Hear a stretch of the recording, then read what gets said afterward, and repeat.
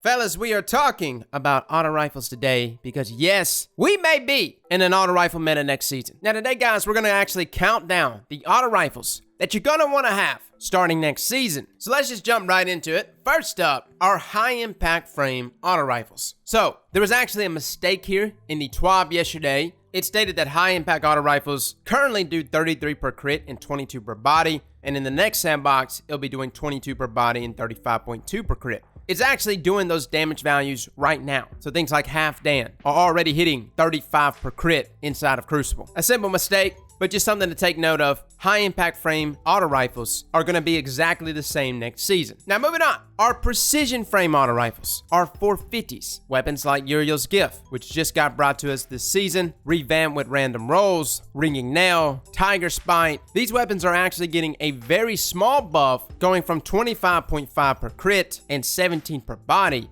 to 27.2 per crit and 17 per body. So nothing really changed there in terms of our body shot damage, but notice that crit damage does slightly go up. It actually doesn't change the time to kill value though. Precision auto rifles are still going to have an optimal time to kill value of 0.93 seconds and a body shot time to kill value of 1.47 seconds. Now this time to kill value is actually considerably worse than many of our other auto rifles, which is like Bungie's way of making sure we never have another Uriel's Gift meta ever again. But there is one auto rifle that is a 450, but it is going to be receiving an indirect buff, and that is, of course, Breakneck. Now, Breakneck, we recently re-reviewed it. It got some love in this past season, and as you know, Breakneck actually converts to a 600 round per minute auto rifle at stacks of Rampage 1 through 2, and then it actually shifts to a 720 round per minute auto rifle at 3 stacks of Rampage. Now, considering both 600 and 720 round per minute auto rifles are receiving the largest of buffs next season, Breakneck will most likely be included in those changes. So on the front end, when it's in this 450 form, you won't see much of an advantage outside of like the increase there in crit damage, which is still nice, but the benefits of having 1 to 2 to even 3 stacks of Rampage outside of just having those stacks of Rampage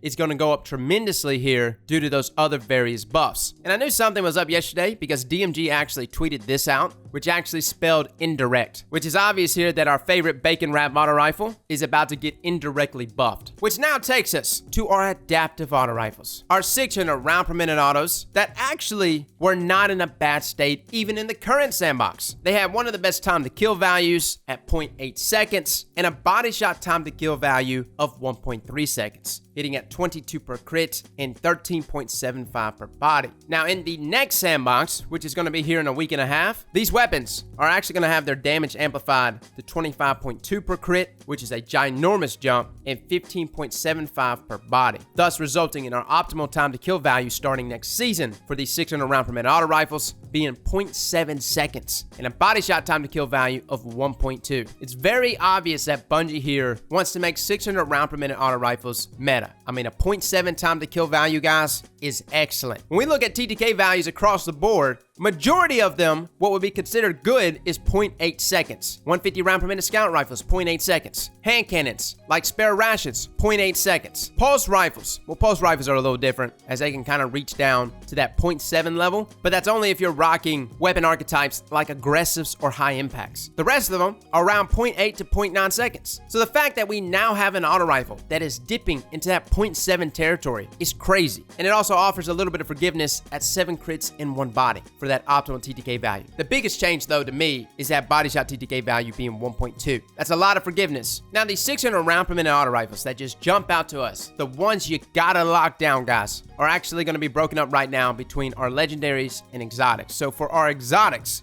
to me, Hard Light, hands down, will most likely be one of the best weapons starting next season, considering that Hard Light actually got a recoil reduction overall, where its screen shake has been mitigated, not completely, but substantially so in comparison to what it was before. And on top of that, if you have the stability catalyst for Hard Light, hell, that's even better. The other things that's pairing up with that weapon, the fact that it doesn't have any damage fall off, means that reaching that 0.7 time to kill value outside of auto rifle range is still going to be possible if you can remain on target. I highly advise getting Hard Light, which is absolutely insane because we have never been in a Hard Light meta. Now, another obvious auto rifle in the same archetype that has so much to offer, both in the neutral game, but also in the flinch game, man, is of course Monte Carlo. There's not many auto rifles that could just mess your aim up, but Monty's got it, dude. It's like one of the few auto rifles that just absolutely screw me up in a gunfight. Now, it's probably due to the fact that it has high caliber rounds and it's an auto rifle and it hits pretty hard, but starting next season, it's going to be hitting even harder. On top of that, it has like a pseudo swashbuckler effect with Markov chain, as well as the Monte Carlo method that greatly boosts that melee cooldown speed and just outright fully charges your melee ability at times with kills. Monty is situated to be one of the best auto rifles next season. And in some cases, it's really hard for me to decide which one I like more, Monty or Hardlight.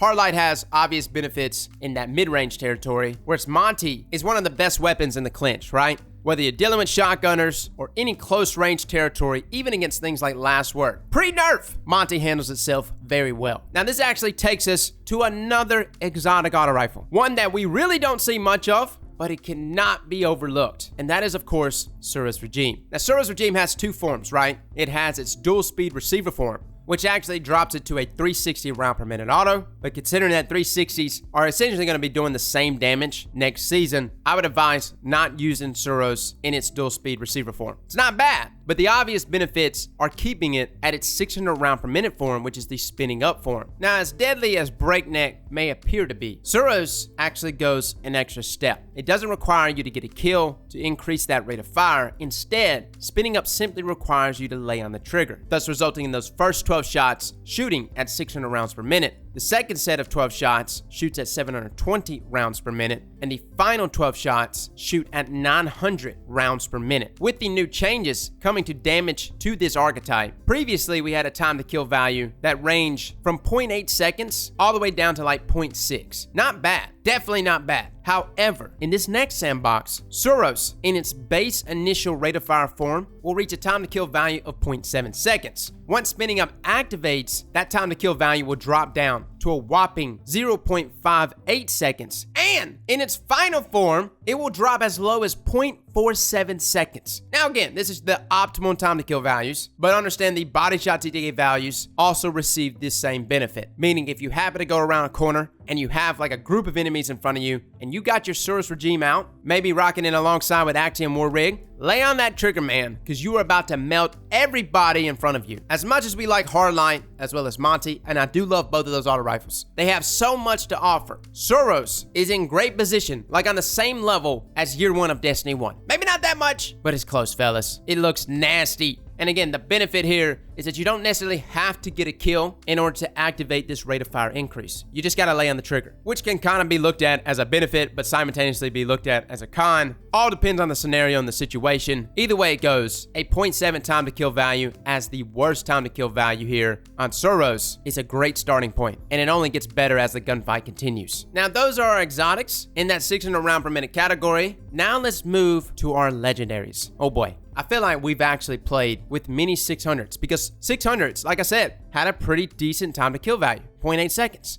I'm only going to give 2 auto rifles on the legendary side of things because we already touched up on a ton of 600s already that really stood out to me. First up, Gnawing Hunger from Season of the Drifter. You can get this auto rifle from the Reckoning, and I think that's it, right? I don't think you could get it from Gamut Prime. But Gnawing Hunger has a crap ton to offer. Number one, it's one of the best feeling auto rifles in the game. Now, more so looked as a great auto rifle for PvE, and for good reason. It's got a fantastic curated role. It can also go with things like Demolitionist, multi-kill clip, swashbuckler. But considering the buff that's going to be handed out to 600s, Gnawing Hunger most definitely has a place inside of Crucible. You could roll it with things like Zen Moment to really stabilize that weapon. Tap the trigger. Combined with any of these lethal perks though, in that final column, Gnawing Hunger is going to be in excellent position starting next season. Now the other 600 round per minute auto rifle that we recently reviewed, and it was actually because it finally got fixed, is Arc Logic. Arc Logic had like some crazy muzzle flash to the point that it was almost blinding to shoot the weapon. Now this weapon is a little more unique inside of PvP than Gnawing Hunger, especially after that muzzle flash has been toned down. Number one, you could roll it with something like Rangefinder. That's right. For those moments you really want to stretch this weapon out into the mid-range, Arc Logic is one of the best at it. Combine that with more consistent traits like Moving Target, you start to understand what it is that Arc Logic was designed for. It's designed for consistency. It's designed to reach past that mid-range territory inventory and duel with pulse rifles. And considering that you now have a time to kill value that can rival even the best of pulse rifles, this trait combination is perfect for arc logic. Now, in terms of like lethality, obviously to me, Gnawing Hunger is probably still the better option. Either way it goes, both of these auto rifles are fantastic legendary choices starting next season. And again, arc logic is one of the Eris Morn weapons from the Lectern, so if you got Shadow Keep, you can still obtain this weapon. Now, moving on, our rapid fire auto rifles, that's right, our 720s, which we actually have a number of. These weapons currently do 18.75 damage per crit and 12.5 damage per body inside of Crucible. That damage is going to be elevated to 20.1 per crit and 13.4 per body, thus giving us a current time to kill value of 0.83 seconds, optimally, and 1.25 per body, to now 0.77 time to kill value optimally and 1.17 per body starting next season. Now, starting with one of my favorite auto rifles in this archetype is, of course, the new auto rifle, Steel Feather Repeater. Fellas, this is such an easy weapon to farm for. If you're up to date on your obelisk, if those things are charged, and if you've been investing and donating, you probably have a number of fractalines already. Picking up those bounties right there at the tower, turning them in, you should obtain a Steel Feather Repeater God roll very easily. And Steel Feather has it all. It's got multi-kill clip, it's got swashbuckler, it's even got crazy things like Firmly Planted, which doesn't seem like a good one on an auto rifle, but it's definitely not something to overlook. A lot of quirkiness to this gun, but Steel Feather is looking very healthy for this next sandbox. Now, another auto rifle in the same archetype that is from the Garden of Salvation is, of course, Reckless Oracle. Now, Reckless has a lot of good things going for it. For Crucible, you can still roll it with something like High Cal or Ricochet rounds, but of course, the combination of Outlaw and Kill Clip is such a classic one, but greatly benefits Reckless Oracle here. Reckless is probably one of your more lethal 720s, but I have a really tough time deciding whether I like Reckless more or actually Valakadon. Valakadon, we recently reviewed it. It has something a little better than these other 720s we just mentioned, and that's actually a fat reticle. I know, doesn't make sense, but let me just say this, fellas. Fat reticle equals good. You want them thick. It's easier to stay on target for some reason, but it also comes with very lethal combinations. Kill Clip, Rampage. It also has another unique trait, Rangefinder, which again, is not a common trait you find on auto rifles. And there's a lot of different things that we went over, and if you're looking for a more in-depth review of Valakadon, we recently reviewed it. Actually, we reviewed all these weapons. Anytime you're ever trying to look for a weapon that I've reviewed, just type the weapon name and then just type my name. 9 times out of 10, I've reviewed it. If I haven't, well, it's probably because it sucks. Which actually takes us to the most recent 720 round per minute auto rifle that we just reviewed, and that is Misfit. Now, unlike the other 720s we just mentioned, Misfit is all about consistency. Something that Misfit does that separates itself from other autos, it comes with scopes, which increases that zoom, which increases that range substantially. Meaning that this auto rifle, with some of your higher zoom scopes, can reach up to 34 and maybe even 35 meters, depending on your masterwork. That is insanity. Maybe not in comparison to other autos, but for a 720 to reach that range, it's wild. It also hosts a number of different options there that allows you to maintain that consistency all the way through those ranges. Now, granted, if you can't get past the muzzle flash that is present on Misfit, then of course, I would not recommend this weapon, which I feel like is Bungie's way of keeping this weapon balanced, right? They're like, hey, this auto rifle can reach past all other 720s, but you can't see shit. If you can get past that though, hands down, Misfit is an excellent option. So guys, those are our auto rifles. Now, I know someone's gonna be like, whoa, what about Cerberus? What about Sweet Business? You're right.